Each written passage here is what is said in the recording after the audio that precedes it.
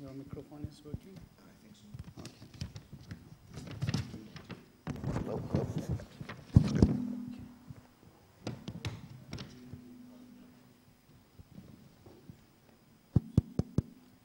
Yes, we are starting. Okay.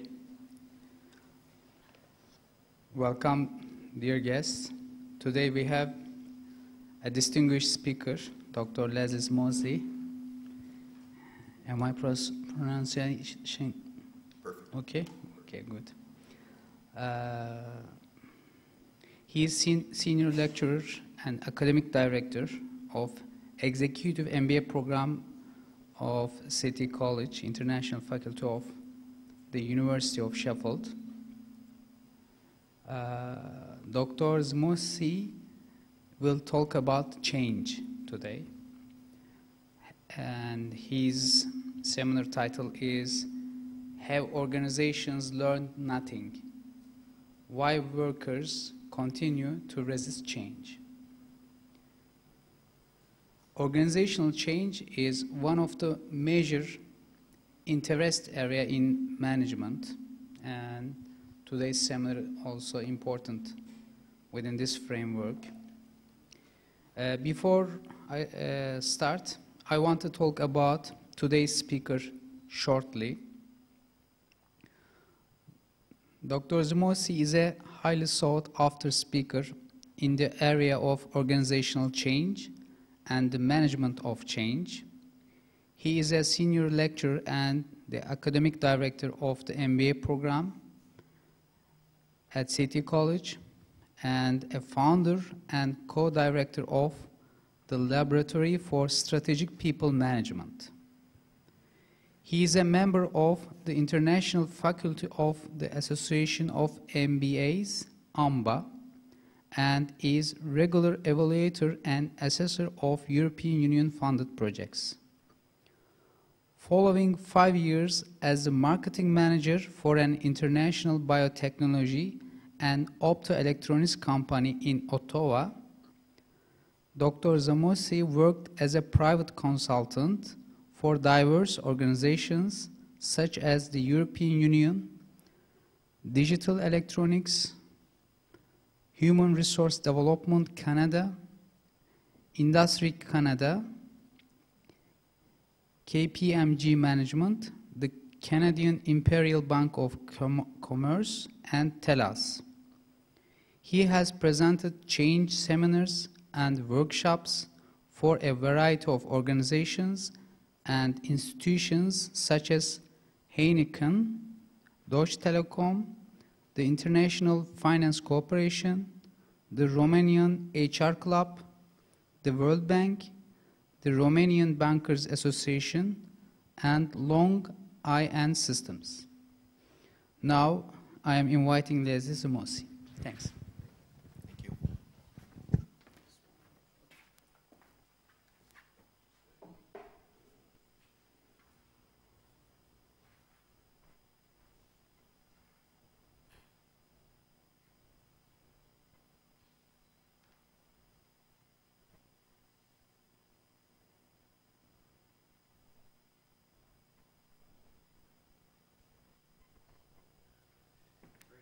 Thank you very much. Now, I am wired, but can you hear my voice okay?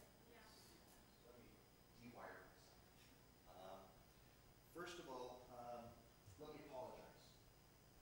It's sort of a strange way to start a presentation. I apologize. These days, whenever I go anywhere and I say I'm from Greece, I feel like I owe everybody an apology for everything that's going on these days. But there's another apology I have to make at this point.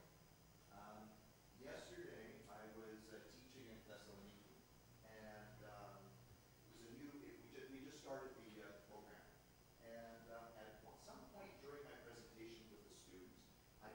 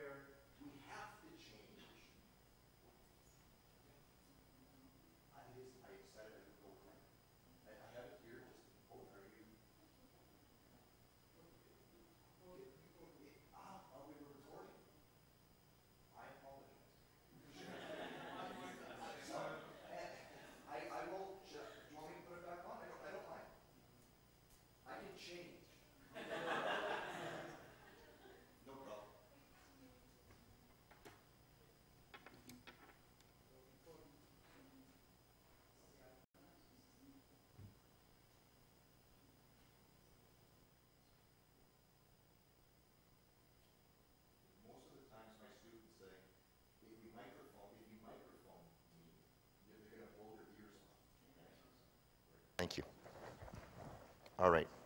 We're recording again, so now I have to be even more careful about apologizing for stuff. Right? As my wife says, you don't apologize to me enough, but you always apologize to anybody you're presenting to. So, all right, so we're in this situation where change is a necessity. If you don't change, bad things happen. Case in point, Greece. We go along the same way year after year after year, and then suddenly something happens and we have to change. But yet the first call is always resist change. Now, the interesting thing about change and change management is the following.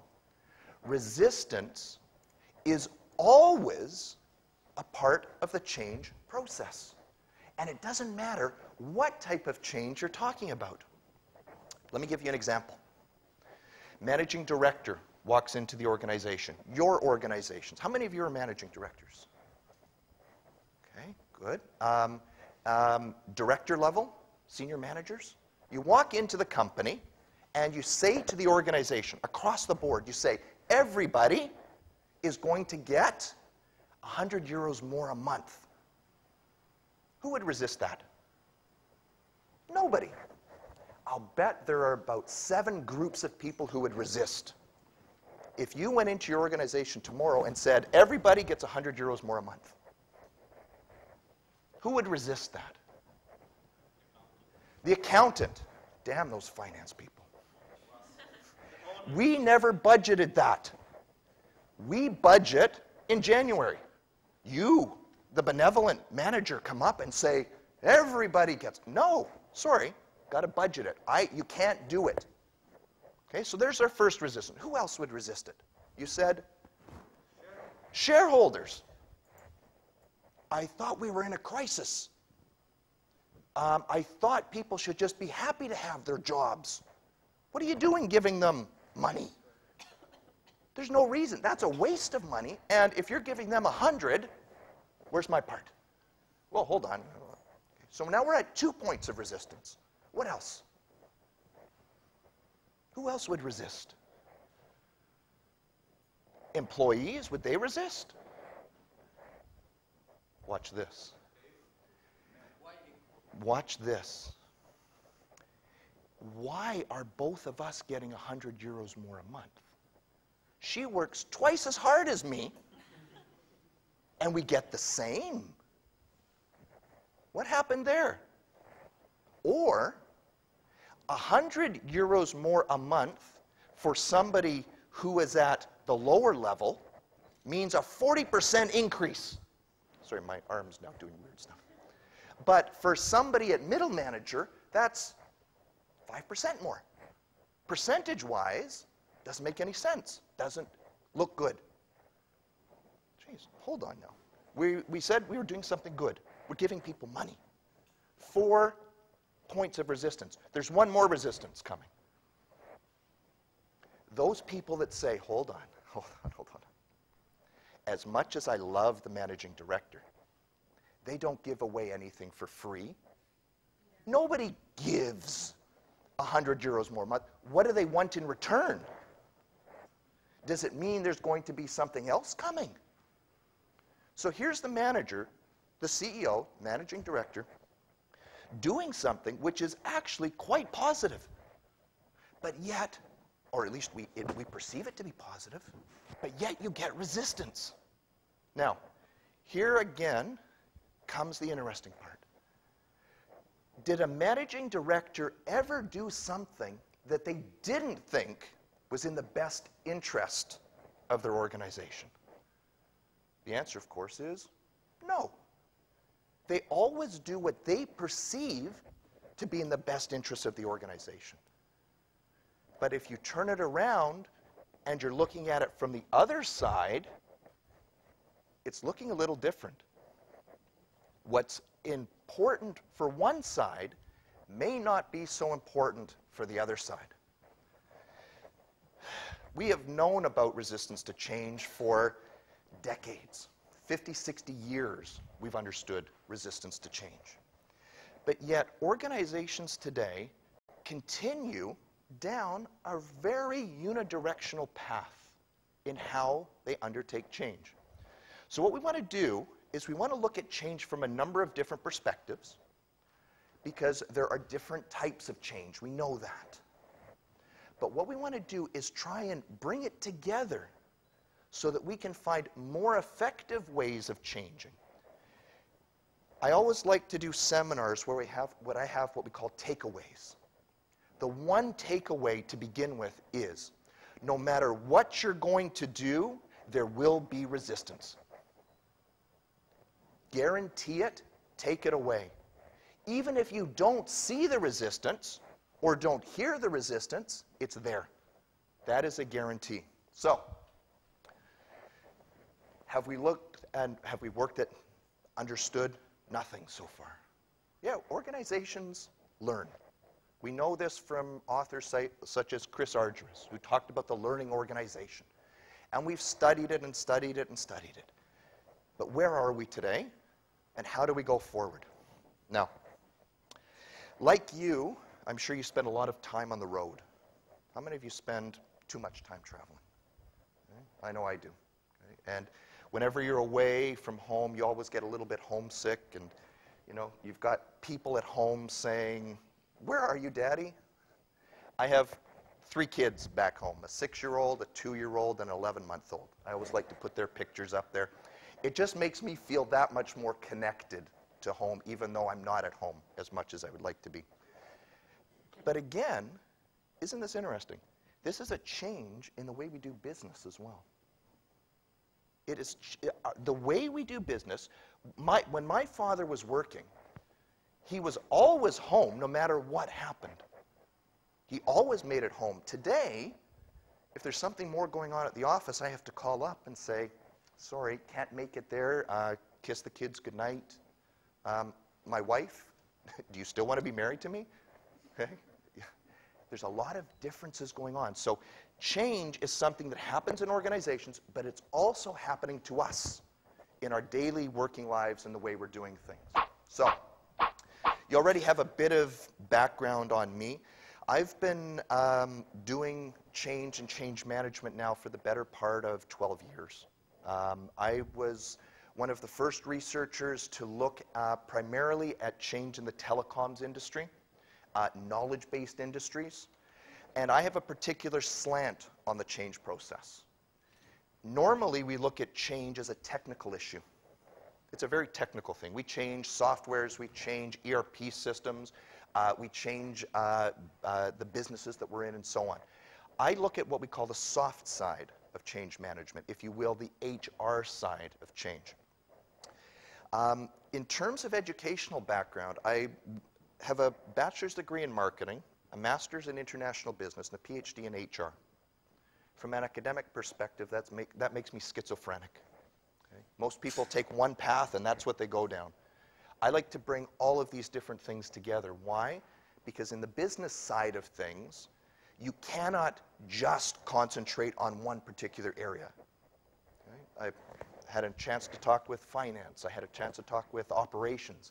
We live in an interconnected world, and organizations are interconnected. Change management is one of these areas where it is incredibly interconnected. So first of all, let me give you a little bit of a warning now about this presentation. Okay? Let me apologize again. This particular presentation is rated. Okay? Don't be scared. Okay? If you fit into any of these categories, you should run home immediately. Now, this is a joke. Please don't leave. We've locked the doors. Okay? If you dislike tough language, okay? If you don't like tough language, if you want to hear the same old, you're not going to hear it from me. If you dislike messy foods, can't handle the sight of messy food, that'll become clear in a little bit. It's a wrong presentation for you. And finally, if you cannot handle the truth, as they said in the movies, you can't handle the truth. Sorry, my Jack Nicholson impression isn't so good these days, okay? Business is one of these places, one of these areas where we have to get back to the truth. We can't keep digging our heads in the sand, going around doing the business the same way that we used to. Things have changed. So, Let's see where organizations are at the moment. Okay? This is Dilbert. Some of you might know Dilbert from the United States, some of the cartoons. Dogbert, he's the CEO of the organization. Consumer confidence is up, and that means more people will buy our products. True. I'm off to make random management changes so I can take credit for the improved economy. It's working. Sales are up. Did you make the changes I asked for? That depends. Do you remember what you asked me to change?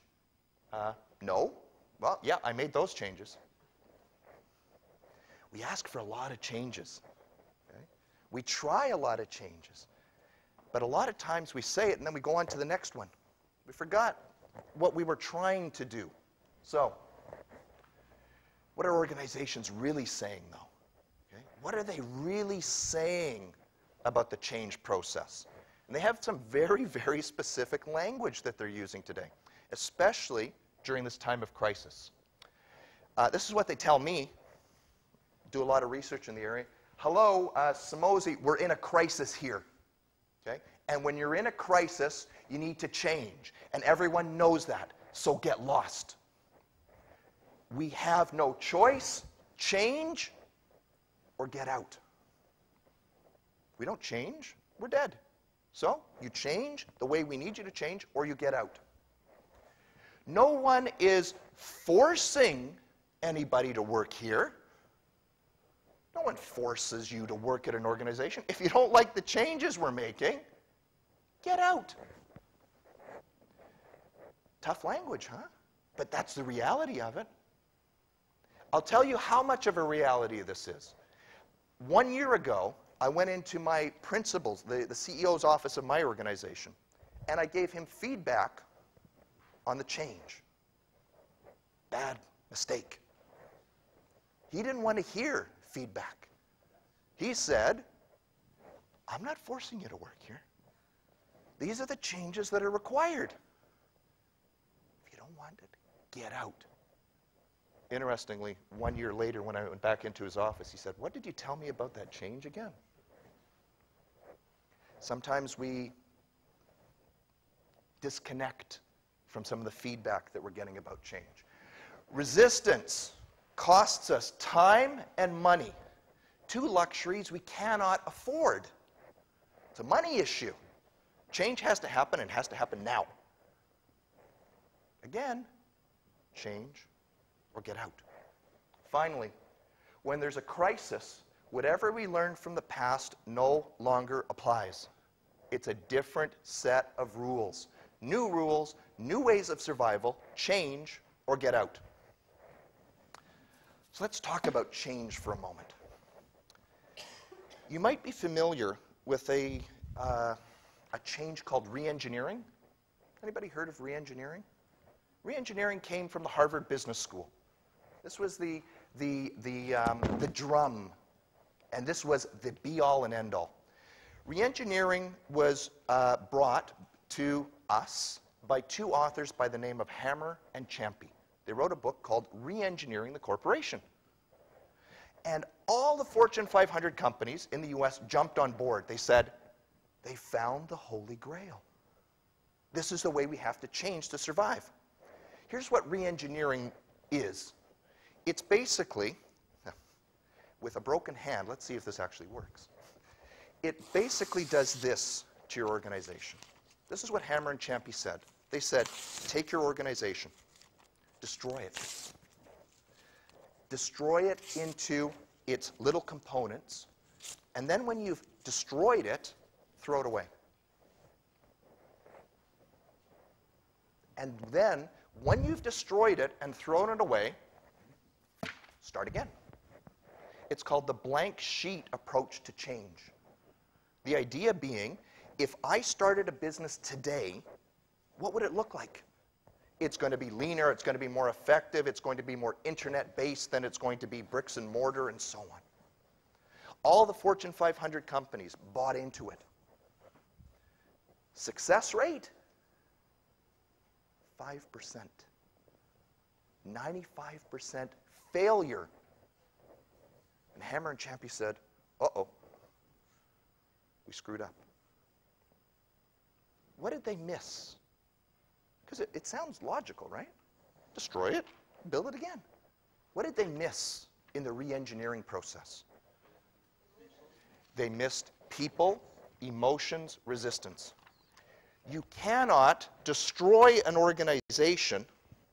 You can destroy a building. You can destroy a machine, but you can't destroy a person. People have built-in aspects to them. They missed the entire people component of change. Remember, these guys sold millions of books, and they made a fortune.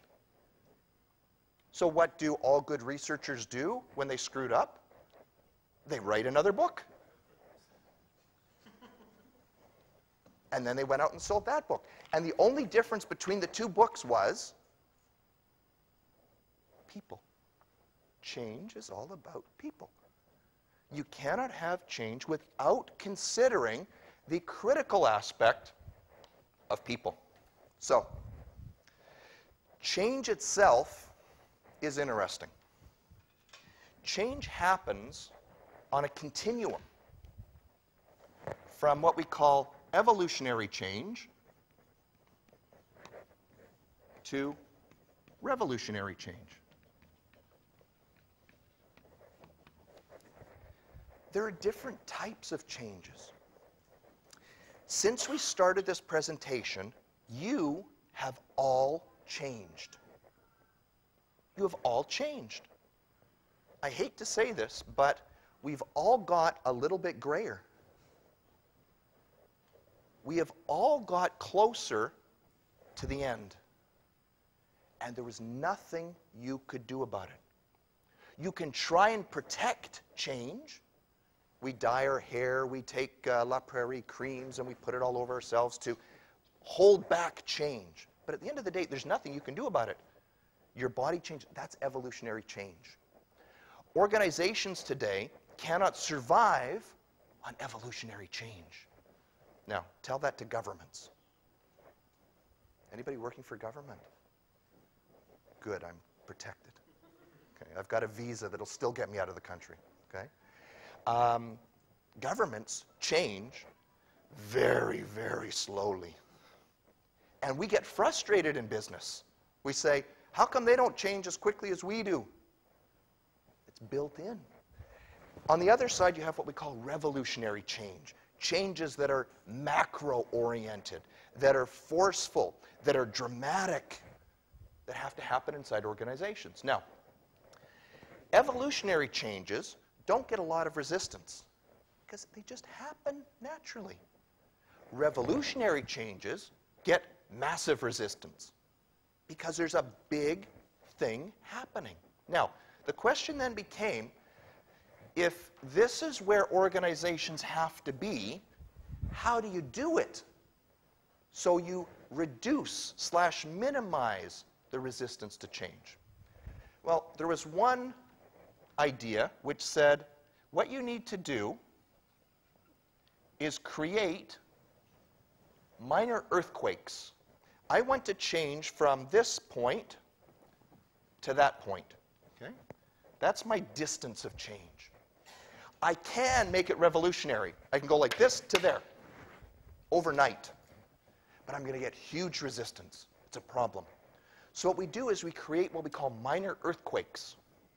You don't make the big change. What you do is you make small changes. Now, what's the problem with that? What's the problem with that? Because it makes sense. Sorry? Not always, but what's the problem with it?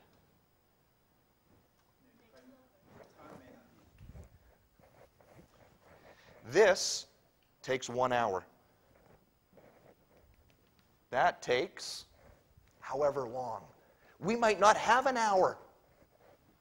We might not have an hour. We need it now. There's a CEO by the name of Blinder, CEO of Unilever. A small multinational. Does a couple billion euros here and there. Right?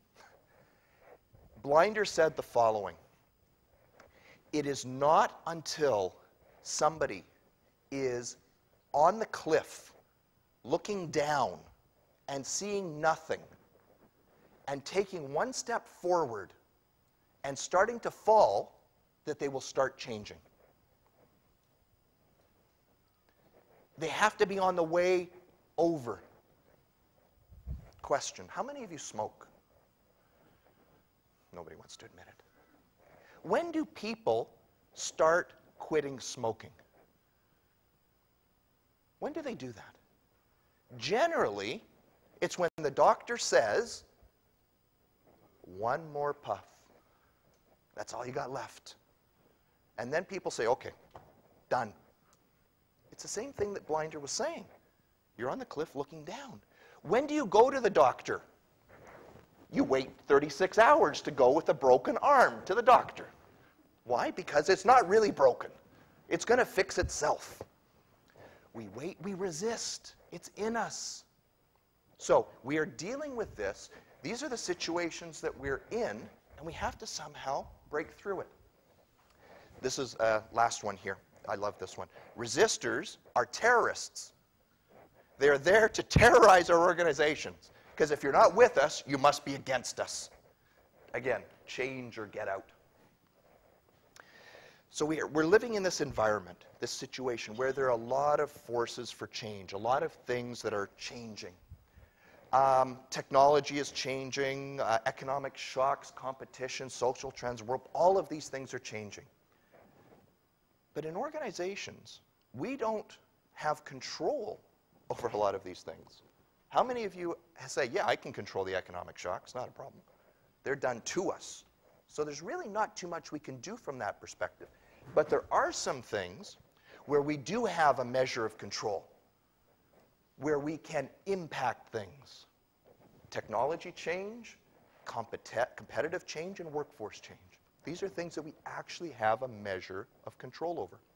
That's going to be the focus. That's where we're going to look. Are we changing just for the sake of changing? A lot of employees tell me this. They're just changing because everybody else is changing. They're just doing it because that's what we have to do. I need a minor change to our website. Give me your business case for the change, and I'll prioritize it for the queue. I don't have time to write a business case for one little change. I can't justify changing my priorities without one. Can't we do the simplest things in this stupid company? Try one of these corporate post-traumatic stress pills to dull your memory of these events. What? Where am I? Who are you? You were just leaving. They're placebos, but I find they solve 20% of my problems. Make these changes and run it by me again. History suggests I have entered an infinite loop of making changes with no hope of finishing. My life is a furious ball of nothing, and I'm not wild about the font you're using. We focus in on these changes. Is it change just for the sake of change? When we say to somebody, you know what, we're going to have to move this office from this part of the building to that part of the building. Why? Because that's where all the marketers are. Is there really a fundamental reason for it? To move somebody from one stop to... And you say to yourself, but this is such a minor thing. But for the individual, it's something quite different. Little changes can be catastrophic events for others. So, we have two types of change. The first order of change, which is very linear, continuous, and incremental. More on the evolutionary side of change. It's happening in your organizations, whether you want it to or not, and there's nothing you can do about it. Then you have the revolutionary side, which is very dramatic. It's multi-level, it's discontinuous, it's radical. Many things are happening. We're re-engineering the company. We are merging with another company. These are traumatic things. Interesting, whenever two companies merge, they always say, I love this, synergies will be found. That's what all the shareholders want to hear. Synergies will be found. What does that mean to employees? Oh, it means something. Synergies mean people are going. And it also means there's a winning team and a losing team. There's never a joint winner in a merger and acquisition. Again, from a people perspective. Now let's also remember here, organizations get things done through the worker bees. Without the worker bees doing what they need to do, you're not going to succeed. So at the end of the day, change is being done to people. It is being driven at them as opposed to with them. Yeah, it's time to communicate. A lot of managers tell me this. Change is all about communication. It's all about how you say it. It's all about timing. A successful transformation requires employees to feel ownership for the change. You heard that one? You got to own the change. Change what? What change? Is there something we don't know? It's important that everyone has clear roles and responsibilities. What are you trying to tell us? Should we stop working on our projects? I'll keep you engaged with energized, clear communication. And as your leader, I will role model the desired change. Okay? Again, do we hear this all the time? Yeah, we do. Well, if he's our role model, I guess we need to act like morons who can't communicate. Now, what about communication? What is it about communication? We communicate every day. How many emails, how many texts, SMSs, Twitters, Facebooks, telephone calls, meetings, etc., etc., etc., do you go through on a daily basis? It's insane, the amount of communication. How good are we at communicating, though? Well, one way is to find out what the research shows. This is Business Week. They found, this is employees now, okay? 54% say, I don't get decisions explained well to me. 54%. 61% say they're not well informed of company plans. And my absolute favorite, 64%, 2/3, don't believe what management says. Now, this is where I like to clap, but I can't clap appropriately. Come on, 1/3 believe you. Congratulations. Now, you're going to tell me this is Istanbul, this is Turkey. That's the US. We're much better communicators here. We understand communication much better than those stupid Fortune 500 companies. How is that possible? With all of the communication, with all of the things that you use blood, sweat, and tears to do on a daily basis, how do we get those numbers? How is that possible? What's changed? Something has changed.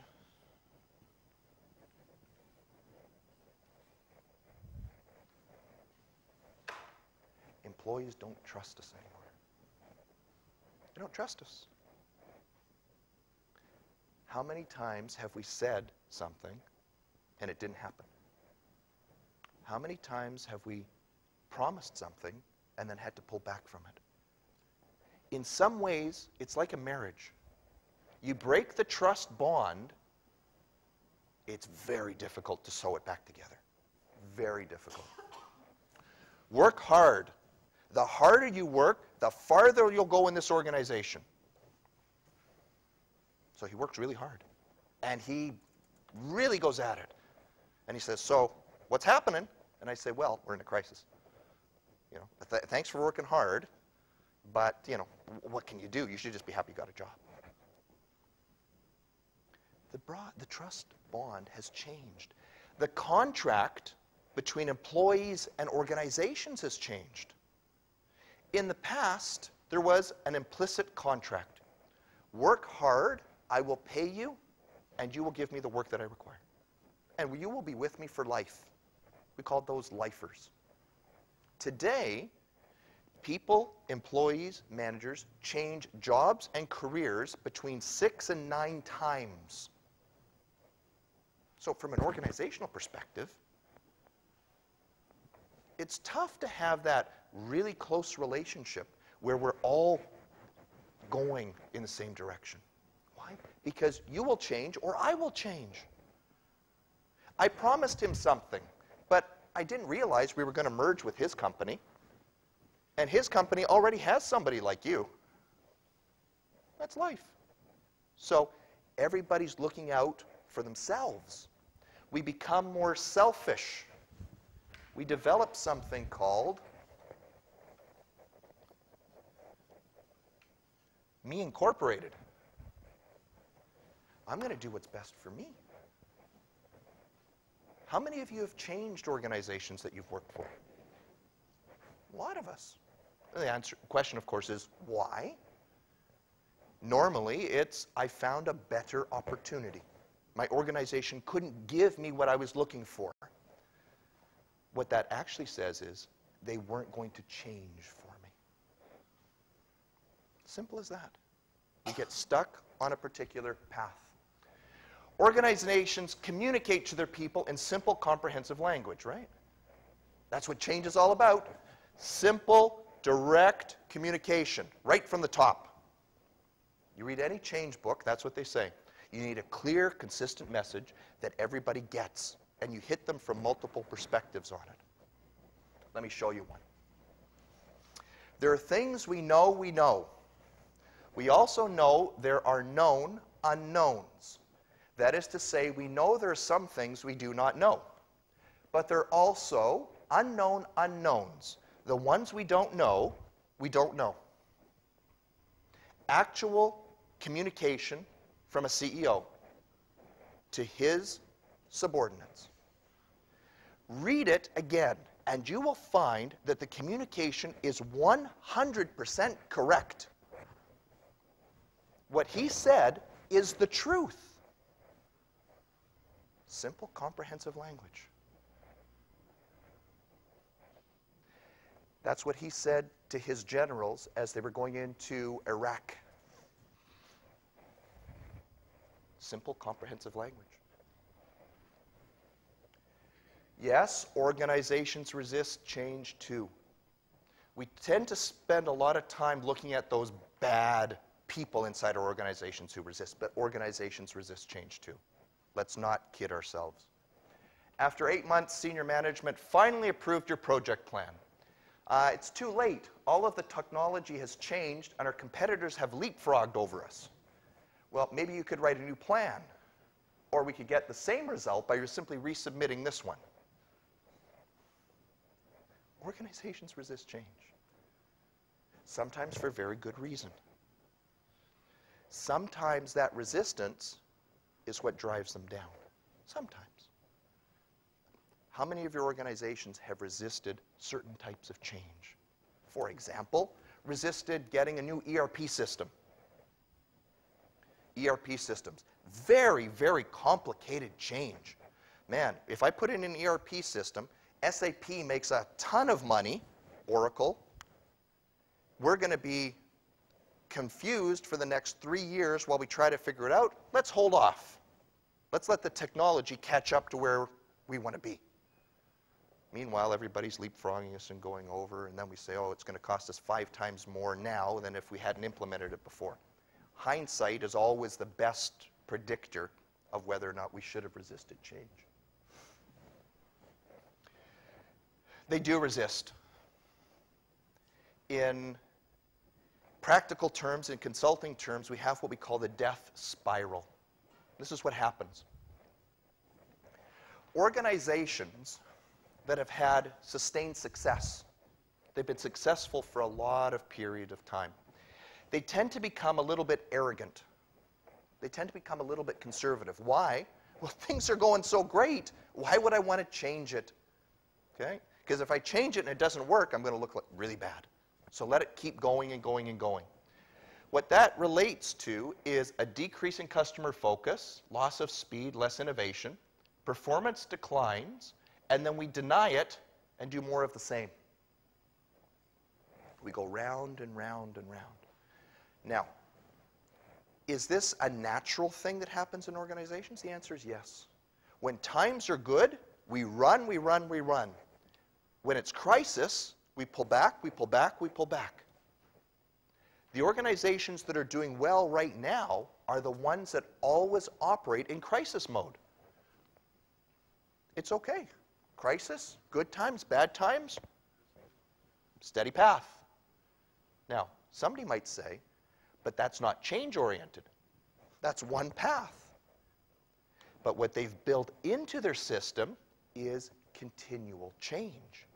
So the steady state is a process of always being ready to change. This was a survey that was done in the UK. Massive survey across just about all multinationals and all large British companies. It was done by a company called Hay Consulting. Hay Consulting is one of the big HR groups. Here's what they found about the change process. The common mistakes in change programs: not taking your employees with you, i.e. change being done to them, not allowing enough time, and not empowering staff, giving them control over meeting some goals. What that says is, it's change done in the same old fashion of business. Common mistakes in change programs from a change manager's employee of view: not allowing enough change, not taking employees with them, shortage of skills in senior management. Now that's an interesting one. Question: how many of you have ever been trained in change management? It's done by experience. Good. So, if you do things by experience, it's good in one perspective, in that you grow and you learn as you change. What's the downside? You make mistakes. And organizations, as much as we say it's okay, make mistakes, you'll learn from your mistakes and you'll do better next time. Okay? Why didn't UBS say that to their rogue trader? Okay, that's okay. You made a €2 billion mistake. That's okay. You'll learn next time. Okay? We don't like mistakes. So you've got these different facets playing through in the different systems. What is senior management not good at? Okay, sorry if you're in senior management. Inspiring the workforce, managing change, and effective leadership. Uh-oh. Those are the three things we're supposed to be doing. Now, statistics are statistics, right? You can take them any way that you wish.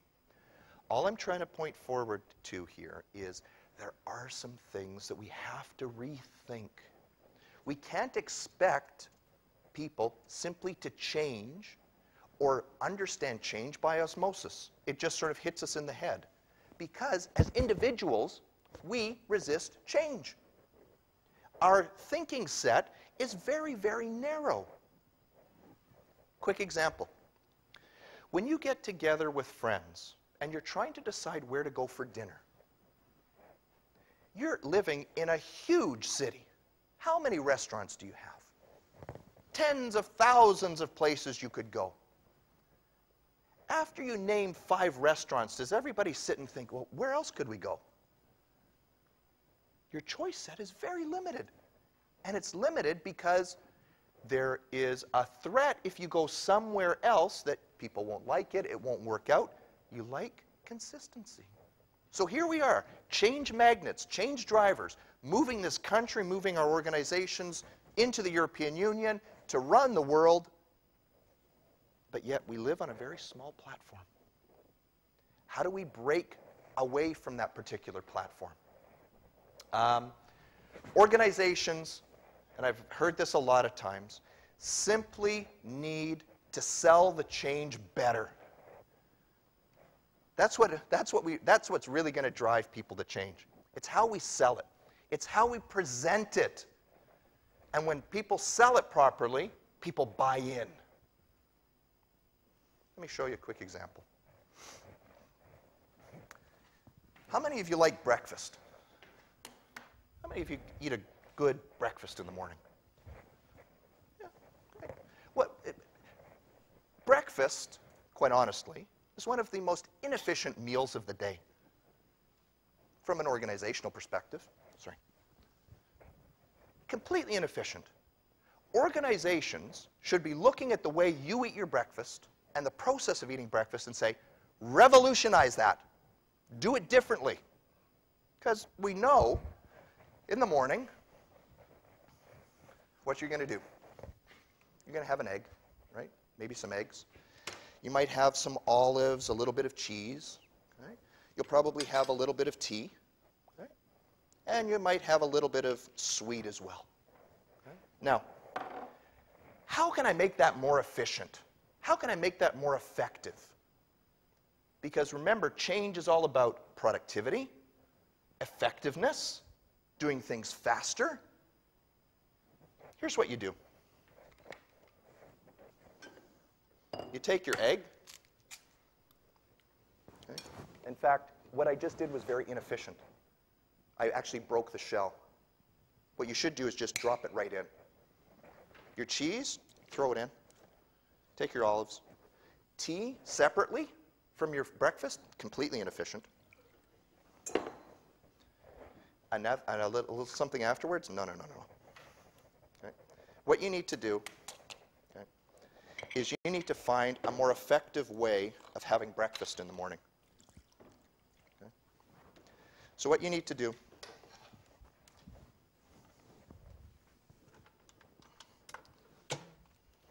Oop, that one's not working.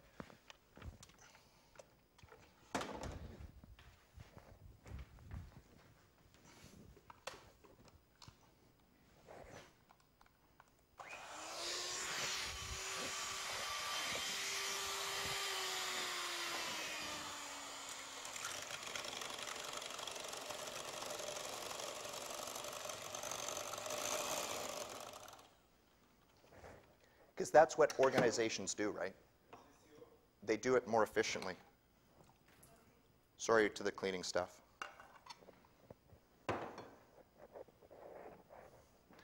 That's efficiency. That's change. That's what you're selling. That's what it looks like. Want some breakfast? Now, you're going to say to me, that is disgusting. Why would I drink that? Why would I want that? But you know what? That's what change is all about. It's about having that new breakfast. It's about having that way of doing things. And that's what people have to change to. Now, you're going to say, well, what we need to do is really sell it better, right? Because it's all about presentation. Okay? That's supposed to stay there. When you go and you change something, when you say, that's the way breakfast should be, that's what you're selling. Start it from that point. Quite honestly, if I was an organization, I would say, how do you know you don't like it? Try it. Try it first, and then tell me you don't like it. I say, no, I'm not trying it. I don't want that type of change. That's when a lot of people will leave the organization. Quite honestly, how many of you have tried it that way? How many of you drive to work exactly the same route every day? You might even leave at the same time every day. You do the same thing Monday to Friday. You take this exactly the same route, and you get to your office. Why don't you try another route? Well, that's the most efficient route. How do you know? Have you changed? Tried other routes. This is what organizations are up against. They're up against selling that. So again, starting point, that's where you're at. As I said before, a takeaway. Resistance will always be a part of the change process. It will be there. What's the goal of resistance to change? It's maintaining the status quo. That's why people resist change. To keep the way things are. People might be happy with the way we do things. Why should I change? You know, every day we come in, we work hard, we get things done, we're effective. I like that. Don't change something that I like. Why do you drive the same route every day? It's comfortable. You know what's place. You know what the barriers are to getting somewhere. It's comfortable. It's the status quo. Interesting. Change, resistance to change, can either be passive or active. People who resist change can be passive. They can sit back and just watch it occur and resist. Or they can be active participants in the change process. It can also be open or covert change, resistance. That there is your terrorist. Active, covert resistance. These are what I like to call stealth resistors. They come in low, hard, fast, drop the bombs, they're gone, then they explode, and you say, how did that happen? They are there. It's a part of it. Let me show you one other aspect to change and the resistance part, which is very interesting. That's fine. That's okay. That's fine. So, as we said before, whenever there's a change, there will be resistance. What we found is that about 50% of individuals, when there's a change, are neutral. About 50% are neutral. About 20% support the change. And about 30% resist the change openly for any type of change process. Now, when you're up against that, the question is, how will we win the game?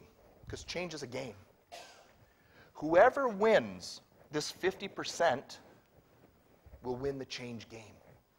You have to somehow convince these people to become positive towards the change. Now, here's the problem that you face. These 20% are quite quiet. They're quite quiet. The question is, why would they be quiet about the change? Why would they not be out letting everybody know that they're supporting the change? Sorry? Maybe they'll gain more. They'll be on top of the system. Good. What else? They're in the minority, and you never want to be a part of the minority. What else? What if the change goes bad? So I supported it, and then it goes south. Uh-oh, I can be identified. But there's also something else about those individuals. They don't want to be labeled as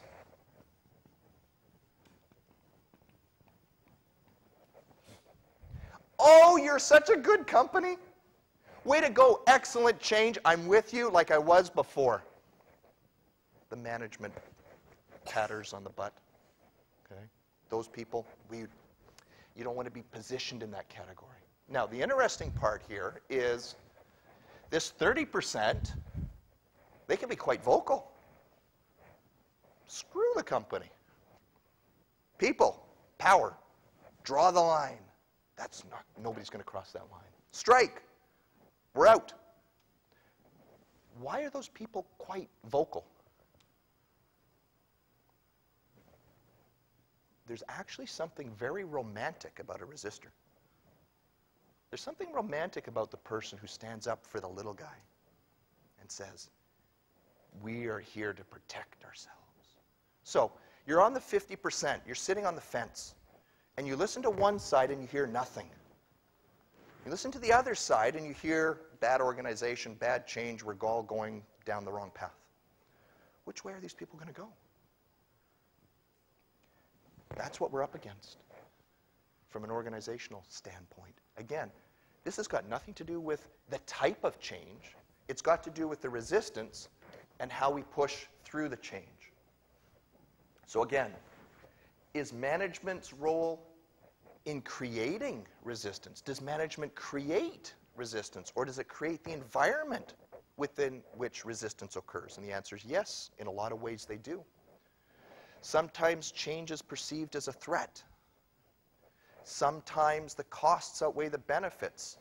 we don't show that it's actually going to be better for people. The problem here is sometimes we don't know. We're going to change, and then we're going to cross our fingers and hope that it occurs. Well, I don't like guesswork. I need to know what's in it for me. Again, a takeaway from this particular discussion with you. Resistance will always be there, and always look at change from each individual's point of view. What does it mean for that person? How will this change impact him and her and her and him?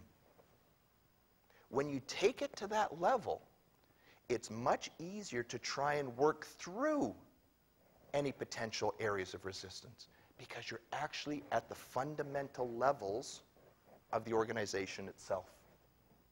So again, what we call the 20-50-30 rule.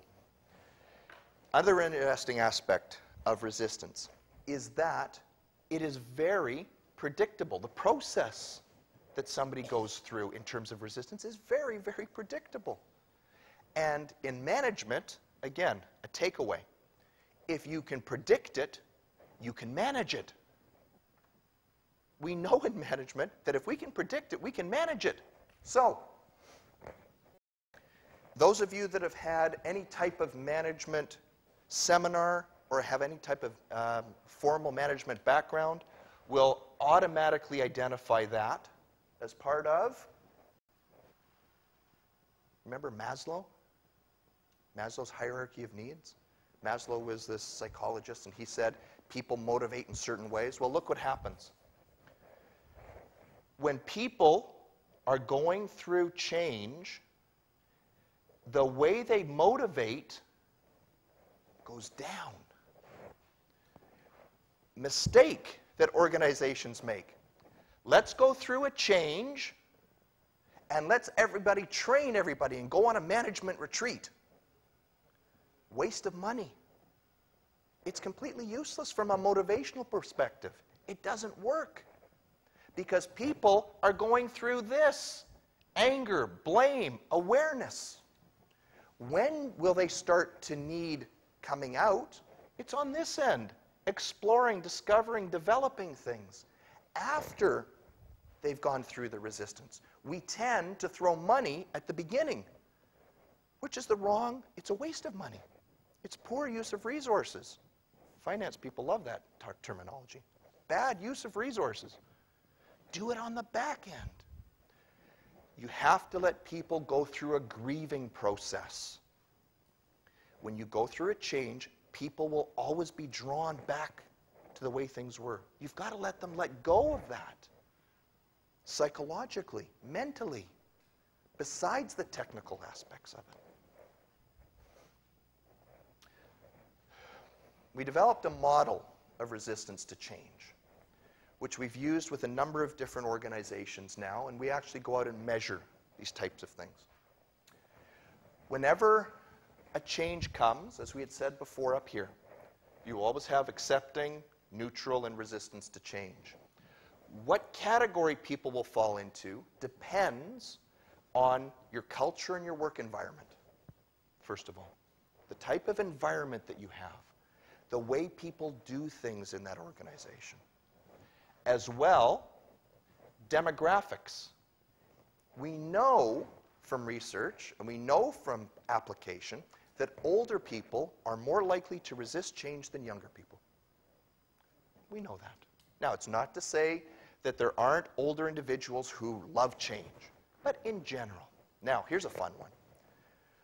Who are more likely to resist change? Men or women?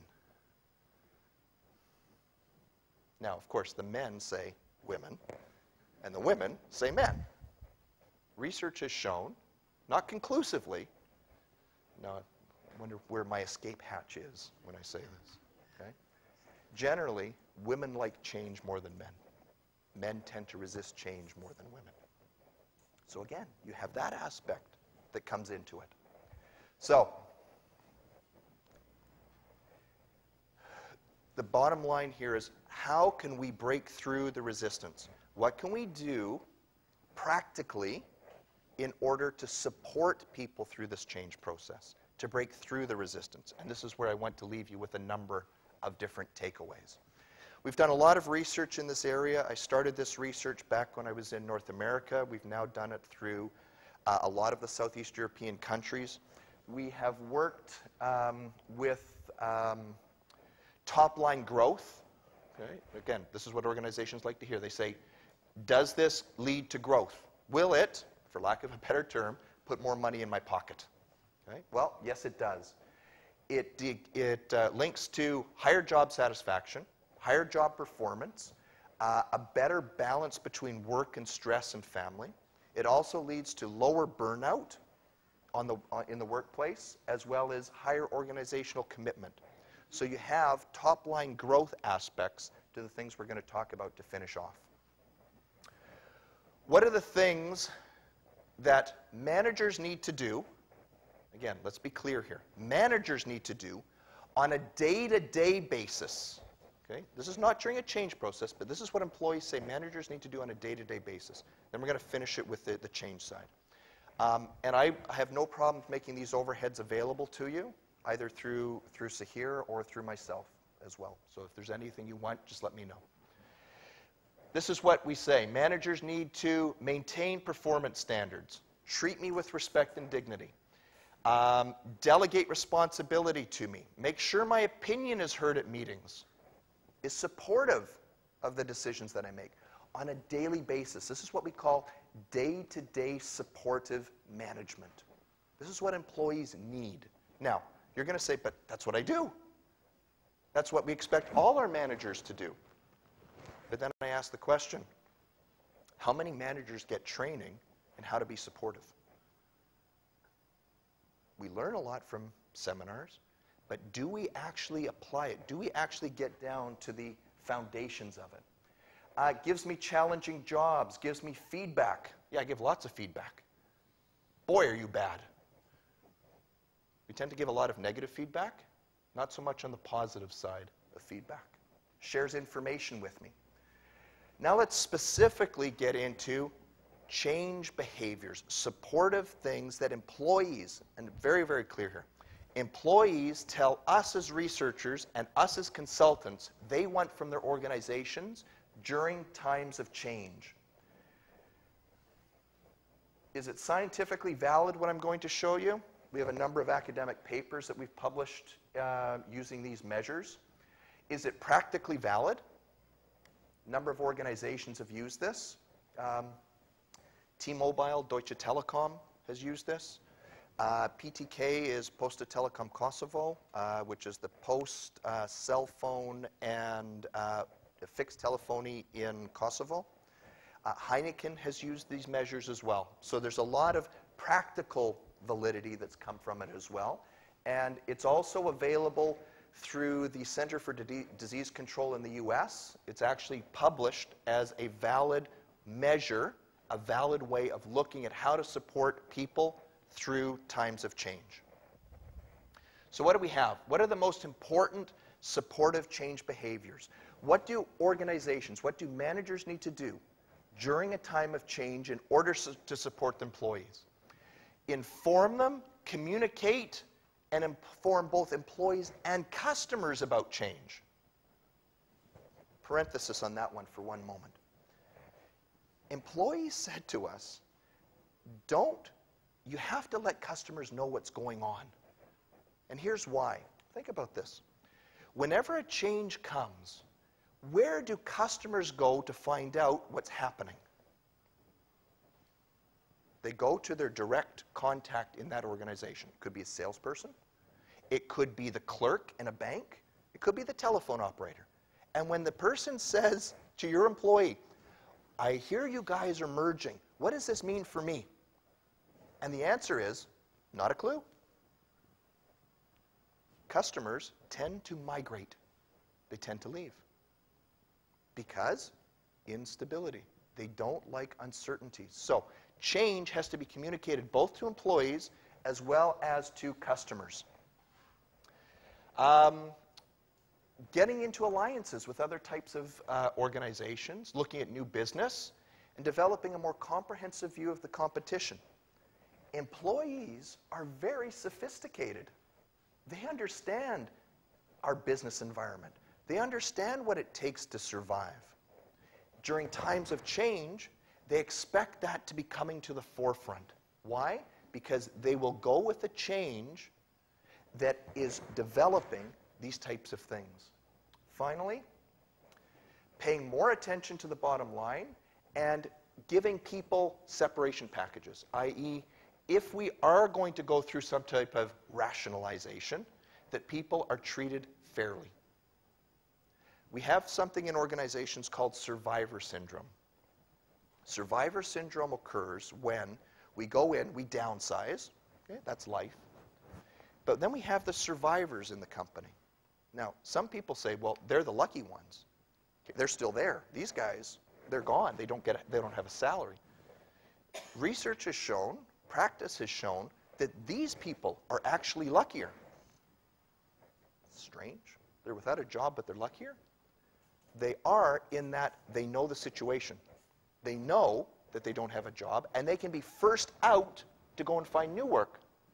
The people who are left behind, well, first of all, they get to do their work, because their work doesn't disappear with them. Secondly, is he next? I don't know. Maybe I got to be ready to go. So there's some interesting things that we look at. Basically, what are we saying here about support? You have to communicate the change, you have to have actions to expand the business, and you have to have financial strategies for change. All of these things need to be a part of the process. What are the most important non-supportive change behaviors? What are the things that your managers should not be doing during a change process? Not recognizing that its greatest asset is its people. We spend a lot of lip service with this. If you look at mission statements, they always say, people are our most important asset. Are they really? Or is it just there because we're expected to write that into the mission statement? Don't just provide verbal support for change. Don't hold back information. Make sure there's a common goal. These things drive the organization down. They lead towards resistance. Finally, you can't allow certain people, certain departments to protect themselves from change. If we say change is going to hit everybody, it's got to hit everybody. The telecom example I gave you before, they went through a radical change. They went from a monopoly industry into a competitive industry. Very, very difficult. The organization said, things will never be the same around here ever again. They went through the change, and then the employees took a look back and they said, gee, that's neat. 40% of us are gone, and there are 20% more senior managers. Yeah. Nothing's going to be the same for us. Everything's going to be the same for them. You've got to be consistent. You have to have that consistency. So, what do we have? Inadequate communication, involvement in the change process, as well as bureaucratic resistance and favoritism. These have to be eliminated through the change process. We have to get rid of those. So, we'll put those on the internet for you. Let's just pull everything together here. What do we really need to look at in terms of the change process? Well, at the end of the day, when you're going through a change, there's the managerial perspective and there's the employee's perspective. Management tends to be more strategic, employees tend to be more operationally oriented. And they are being pushed by the environment. What we found is that the less supportive you are, the less supportive your managers are with your employees, the bigger that gap becomes. The more supportive you are with employees, the smaller the gap becomes. At the end of the day, change has to occur. We know that. We have to decrease resistance as much as we can. The more supportive you are to your employees, to your workforce, the easier it is to undertake change. Change will always be difficult. No two ways about that. So, change has been will be and always will be about people.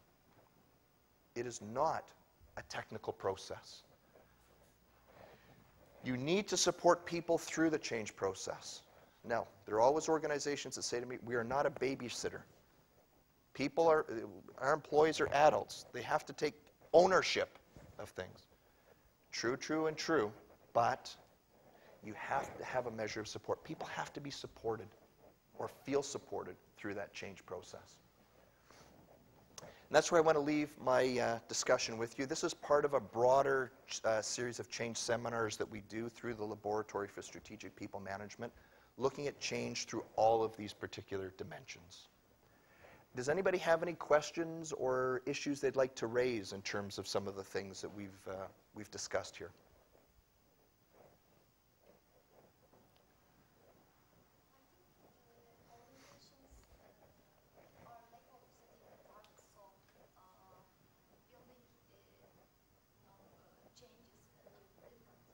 Mm-hmm.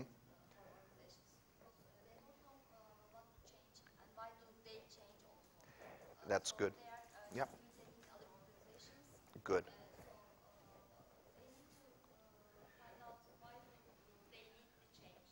It all starts with very comprehensive planning.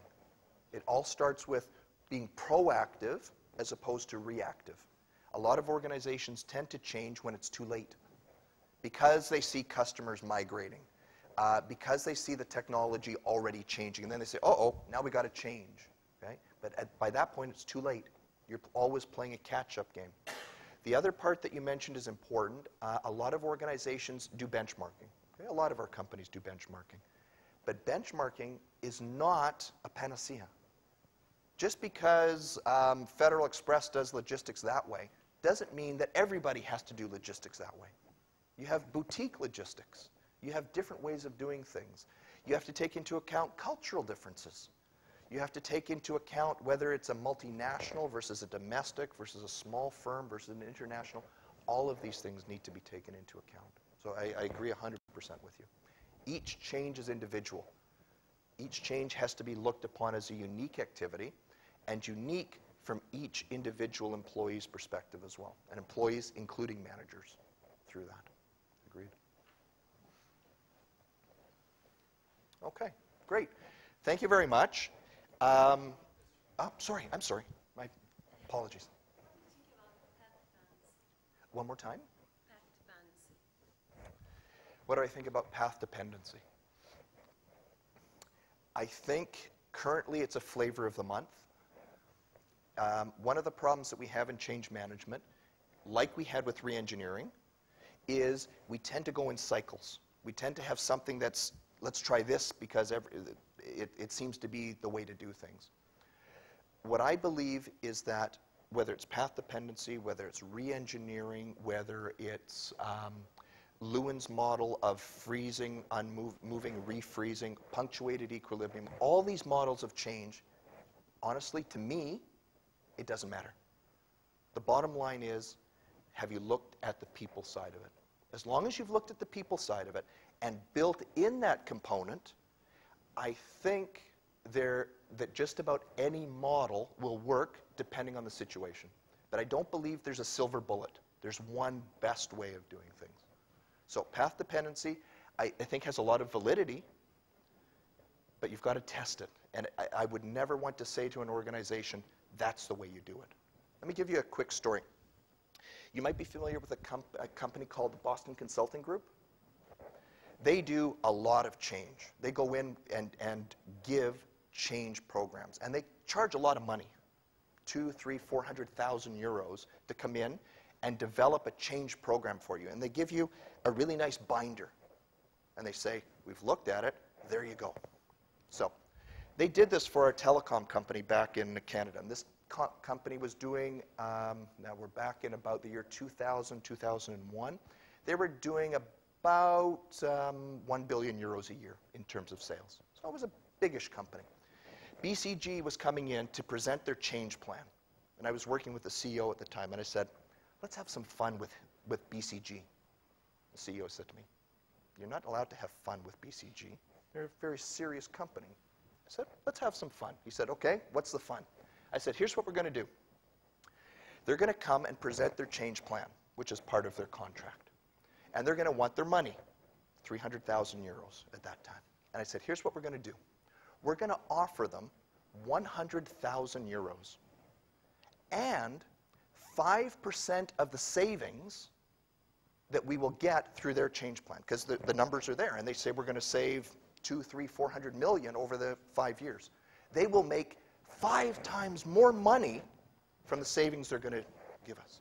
So BCG comes in, makes the presentation. Thank you very much. Clap, clap, clap, clap. We'd like to negotiate the price.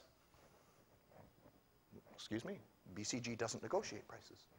We said, okay, but we have an idea. Let's be innovative. Let's be change-oriented. Here's a check, and the CEO, to his credit, wrote a check for 100,000 euros. He said, there's 100,000 euros. You can also take 5% of all of the savings you say we're going to make. Which way is it going to be? They said, we'll take our full amount. I said, why? Don't you believe in your change plan?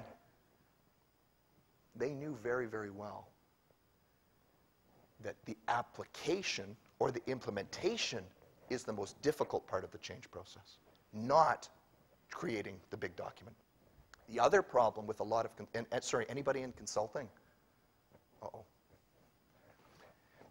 At least at BCG, what they used to do was recycle their change programs. They used to just cut and paste, forward, and then put in Smith Beecham Klein. And then they would say, that's your change process, and then charge them 300,000 euros for it. Right? At the end of the day, if somebody really believes in it, what they'll do is they'll say, take care of my costs, and let's share the benefits that come from it. But the end of the day is you can't predict what's going to happen. That it's implementation that's the biggest part of it. So, sorry, that was sort of a long-winded answer to your question. I hope I answered it. Okay, great. Thank you very much. Excuse me.